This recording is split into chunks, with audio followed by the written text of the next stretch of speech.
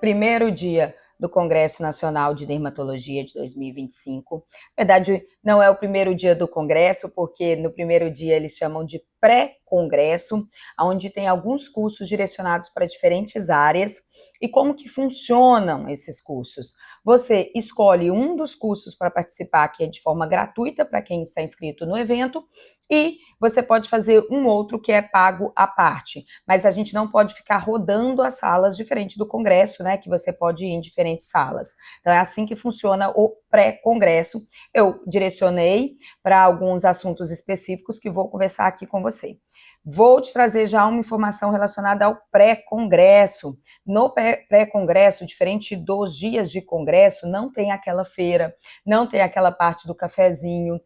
Então, são realmente ambientes mais fechados, onde você fica ali imerso naquela sala que você escolheu. Eu estive na sala direcionada para as dermatoses que são atendidas no âmbito do SUS. A minha expectativa muito era ver diferentes tipos de tratamento. No entanto, não foi isso que tivemos. Nós tivemos um direcionamento para médicos que atendem na rede pública, mas que não são dermatologistas. Então, confesso que era um desconhecimento meu que a palestra, né, que a sala, que o simpósio era sobre isso, era para médicos que atendem na rede pública, mas que não são dermatologistas. Então, foi ali uma abordagem mais direcionada para um diagnóstico mais simples, né? Um diagnóstico que é direcionado para o médico que não é especialista, para a identificação das lesões dermatológicas. No entanto, eu tenho algo para te dizer aqui que vai, por vezes, acredito eu, te trazer informações novas, informações atualizadas a respeito das dermatoses que estão sendo atendidas pelos nossos colegas no âmbito da atenção básica de saúde. Primeiro, arboviroses. A gente sabe das manifestações cutâneas relacionadas às arboviroses, dengue, zika, chikungunya e agora o ouro-poche, que está vindo aí e segundo os nossos colegas que fazem o atendimento no âmbito do SUS, do Ministério da Saúde, trouxeram para a gente que o ouro-poche vai ser uma epidemia que já está de cartas marcadas para este verão. Talvez esse verão não venha tão intenso quanto eles estão esperando, mas parece que a expectativa é alta de que seja já uma epidemia que vai marcar o nosso verão de 2026, né, ali janeiro de 2026, mas se não for janeiro de 2006, será janeiro de 2027, vindo aí com muitas manifestações aí para o nosso atendimento médico de uma forma geral, então, mais uma doença das arboviroses. Dengue e chikungunya com as características dermatológicas, principalmente do exantema. Então, quando a gente fala da dengue e do chikungunya, a gente fala muito do exantema que elas podem apresentar, sendo que o chikungunya tem aquela característica de descamação. Não dá para fazer o diagnóstico simplesmente pelas manifestações cutâneas, tá? A gente suspeita, a gente sabe das alterações cutâneas, mas o mais importante é realmente o diagnóstico com as alterações sistêmicas de cada doença. Já o Zika e o ouro-poche tem como característica o rash, sendo que o rash do ouro-poche ele não é tão marcado, ele pode ter uma confusão até com o rash da rubéola, muito mais marcado no Zika do que no ouro-poche. Então, dessa parte foi para alertar os médicos que ali estavam sobre essa nova doença, que não é nova, mas que vai vir agora para a gente com uma acentuação no verão deste nosso próximo verão aí, essa que é a expectativa do Ministério da Saúde. E sobre cosmiatria, na parte de cosmiatria muita gente busca ali uma atualização, algo de diferente, preenchedores, bioestimuladores e assim, enfim, ontem não teve muitas novidades não, foi dentro do esperado mesmo. Eu senti que o congresso ele é muito voltado para o médico residente, o médico que está na sua formação para ser dermatologista e que traz ali os conceitos básicos relacionados à prática profissional. Em relação a procedimentos, que eu diria, teve preenchimento facial, colocou em relação a cânula e em relação ao uso de agulhas para preenchimentos faciais. E o que o colega mostrou foi que ele tem preferência por fazer sempre com uso de cânula em região nasal e região de glabela. O preenchimento de glabela é bem complexo, né? E que do restante vai muito da expertise, muito da situação ali em que ele vai depositar o produto, então não tem um consenso em relação a isso. Mas, de forma geral, glabela e região nasal, preenchimento com cânula, e o restante vai da expertise, que pode ser tanto cânula quanto com agulha. Os preenchimentos corporais, vindo aí com toda aquela questão em relação ao bioestimulador, volumes altos, né, de bioestimulador. Teve um dos colegas, inclusive, que falou que tem uma preferência pela hidroxapatita de cálcio para fazer ali um aumento da firmeza da pele. É tão complexo isso, né? Porque a gente fala, ele estava falando em relação ao preenchimento de nádegas. Será que o aumento da firmeza da pele que a gente consegue com a hidroxapatita de cálcio seria algo tão significativo ou não? A gente teria que volumizar e vale aquela discussão, grandes volumizações com o uso de preenchedores faz sentido? Será que não faria mais sentido se colocar ali uma prótese de silicone, que é algo que tem uma durabilidade maior, até mesmo em relação à agressão local? São pontos a se discutir, tá? Principalmente quando a gente fica num nicho fechado da dermatologia. E eu acho que é algo que envolve tanto a dermatologia quanto a cirurgia plástica, para se ter o melhor para o paciente. Então, a gente tem aí essa discussão, mas é uma discussão, assim, que realmente ontem não foi algo que foi intenso. Vamos esperar os próximos dias de congresso. Eu vou trazer aqui o resumo para vocês. Vou também buscar palestras e conversas também com os colegas, para a gente ver o que os colegas estão fazendo. Mas você que está aí na prática, assim como eu, sabe que isso está sendo muito discutido hoje. Até que ponto vale a pena a gente usar volumes tão altos, tanto de preenchedores quanto de bioestimuladores para tratamentos corporais? Será que a gente está provocando uma agressão muito grande? Será que esse colágeno que está sendo produzido é um colágeno bom? Não temos respostas, tá? Não temos respostas, mas vou buscar ali, ao longo desse evento, trazer para você também a opinião dos nossos colegas, tanto os palestrantes quanto nas conversas ali dentro da feira, dos corredores, que isso é interessante sim, porque isso envolve muito a nossa prática. Aí uma coisa que o colega trouxe foi em relação à percepção dele de uma diferença clínica, nada de estudo, tá? Não é estudo científico, mas a percepção dele na prática da diferença clínica entre o uso da hidroxapatita de cálcio comparado ao ácido polilático, trazendo ali, segundo ele, uma firmeza maior da pele com a hidroxapatita de cálcio, diferente do ácido L-polilático, que teria uma ação melhor na qualidade da superfície da pele. É algo muito subjetivo, tá? Muito subjetivo. Isso falando em relação à melhor estética da região das nádegas, que a gente sabe que aí tem uma relatividade extremamente grande. Por quê? Porque vai depender de flacidez de pele, vai depender de flacidez muscular, vai depender de constituição genética, de necessidade de volumização, característica clínica anatômica da região, que é individual. Então, acho isso muito delicado, muito delicado.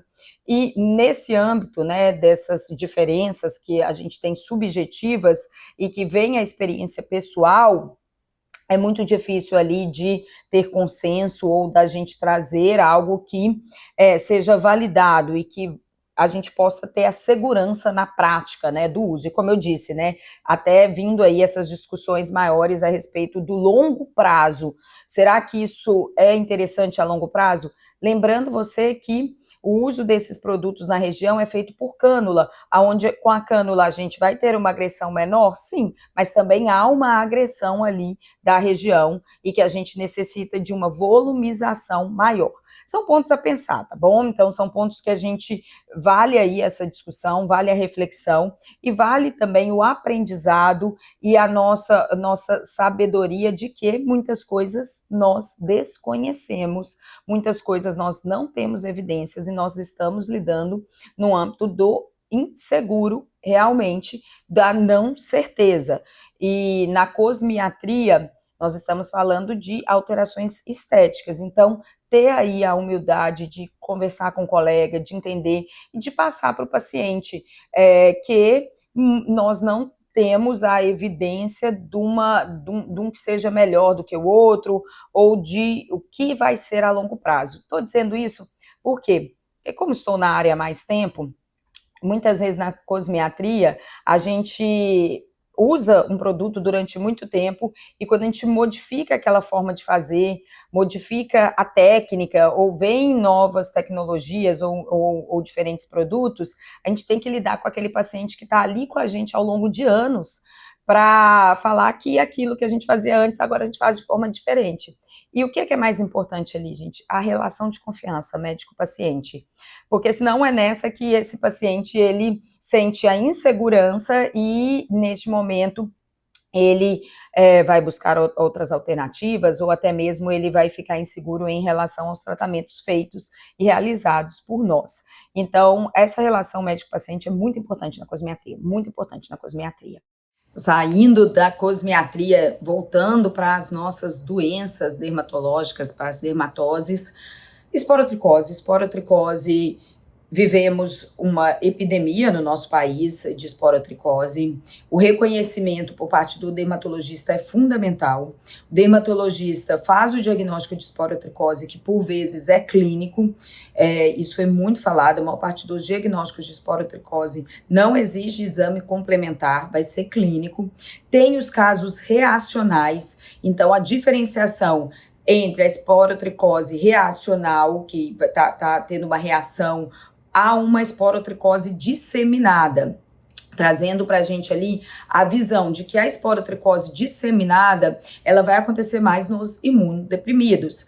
E, de uma forma geral, quando a gente tem um caso mais extenso de esporotricose, nós estamos diante de um caso de reação da esporotricose ocular.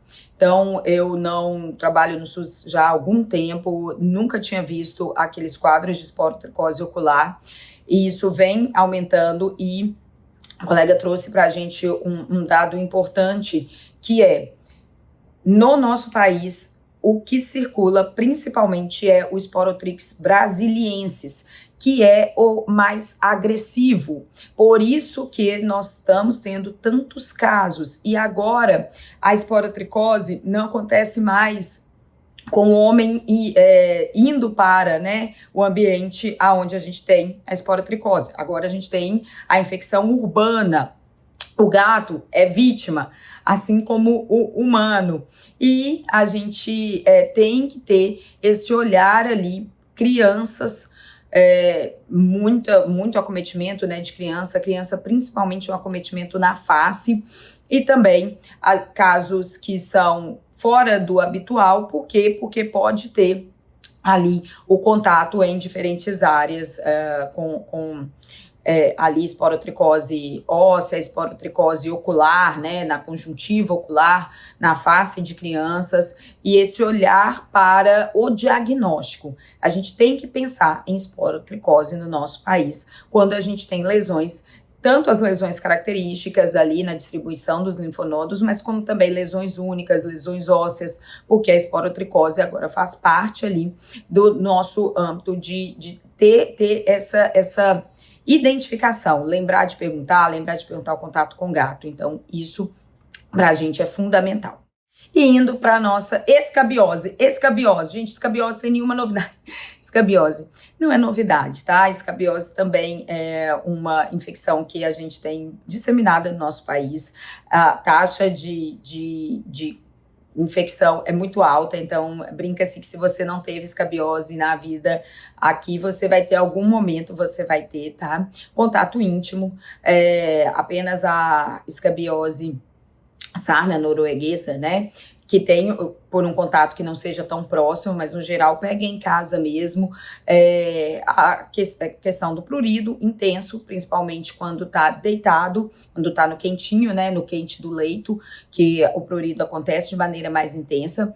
E lembrar do tratamento da escabiose, que requer um tratamento que é em 2 tempos. Então, 7 dias depois a gente repete o tratamento. Por quê? Porque nenhum tratamento mata a forma em ovo. A gente só mata as larvas e o animal adulto, a gente não mata o ovo. Então, permetrina, de uma maneira geral, lembrar em crianças e idosos de passar no couro cabeludo, importantíssimo passar no couro cabeludo de crianças e idosos, então senão não tratou direito. Principal erro no tratamento é não orientar corretamente e o paciente usar de forma incorreta, e aí ele volta lá depois e fala assim, não é escabiose porque eu já tratei, mas tratou como, tá? E lembrar de tratar 7 dias depois. Então vamos lá, permetrina, criança, adulto, idoso, e criança e adulto, permetrina tem que passar no couro cabeludo também, e retratar 7 dias depois. Tratar todos os habitantes daquela casa juntos, todos juntos, não adianta um trata um dia, outro não trata no outro, é todo mundo ao mesmo tempo, porque senão tem recontaminação. Mas o pai quase não fica em casa e não tá coçando. Não importa, não tem lesão, não importa, tratar todo mundo. Por quê? Porque a manifestação clínica ela pode vir em diferentes fases. E então, não precisa estar todo mundo coçando junto, tem que tratar todos os contactantes ali. Importantíssimo isso. Aí aquela criança, vamos colocar que seja uma criança, ela fica muito na casa do avô, da avó, da tia, de quem quer que seja, tem que tratar ali também, tá bom? Então tem que pegar todos esses contactantes, senão vai precisar ficar retratando. E lembrar que 7 dias depois também fazer uso. Ivermectina oral é a exceção, então a gente não fica usando ivermectina para todo mundo, é um arsenal terapêutico que nós temos de exceção. A gente, no geral, faz o tratamento tópico e lembrar o erro principal, que é não tratar todo mundo junto, todos os contactantes juntos, e aí vai acontecendo uma reinfecção. Principal causa de prurido, de uma forma geral, principalmente em crianças, a gente tem que ter essa atenção, tá bom? Atenção. Uma outra característica importante, quando bebê que ainda não anda, muita lesão na palma e na planta dos pés, observar isso, que prurido, lesão nas palmas e nas plantas do pé, criança que não anda ainda, pensar em escabiose. É muito mais comum a escabiose do que a acrodermatite pustulosa. Então, é muito mais comum a gente ter escabiose. Lembrar da escabiose também, assim como eu falei para a esporotricose, lembrar do nosso diagnóstico de escabiose e sempre fazer a abordagem completa do tratamento para evitar essa recontaminação. E um outro ponto importante da escabiose, que eu estava me esquecendo de falar, é a respeito do prurido que pode perpetuar por mais tempo, mesmo após o tratamento. Então, o prurido, ele pode permanecer até 4 a 6 semanas posterior ao tratamento. E nisso a gente deve ter uma atenção para também não ficar tratando em excesso. Então, garanta que o tratamento está correto, tratou todos os contactantes, retratou 7 dias depois, tratou todo mundo ao mesmo tempo. E se mantiver um prurido, hidrata aquela pele, faz a abordagem educacional, espera, porque pode sim durar um pouco mais de tempo, 4 a 6 semanas. E encerro com a pitiríase versicolor, uma doença da nossa prática clínica diária. Lembrando que é uma doença que ocorre por uma alteração do meio ambiente que aquele fungo vive, com um aumento da oleosidade da pele, uma predisposição genética, mas esse fungo se alimenta de óleo. Então, quando a gente tem uma oleosidade maior da pele, aquele ambiente permite que o fungo tenha uma proliferação maior, e aí a isotretinoína em doses baixas vem como uma opção terapêutica, principalmente na recorrência, que a gente sabe que é frequente da pitiríase. E aí a gente utiliza uma dose que não tem consenso em relação à pitiríase versicolor.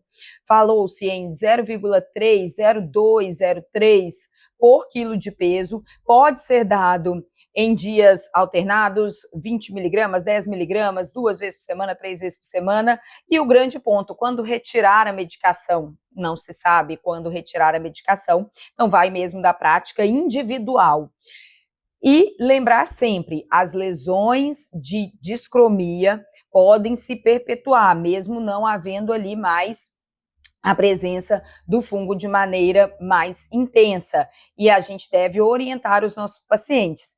Pode-se orientar a exposição solar, mas não é uma exposição solar intensa, não é para ficar quarando no sol, assim que eu falo com os meus pacientes, é uma exposição solar daquela região para a gente ativar ali a questão da pigmentação e ter essa melhora estética das lesões.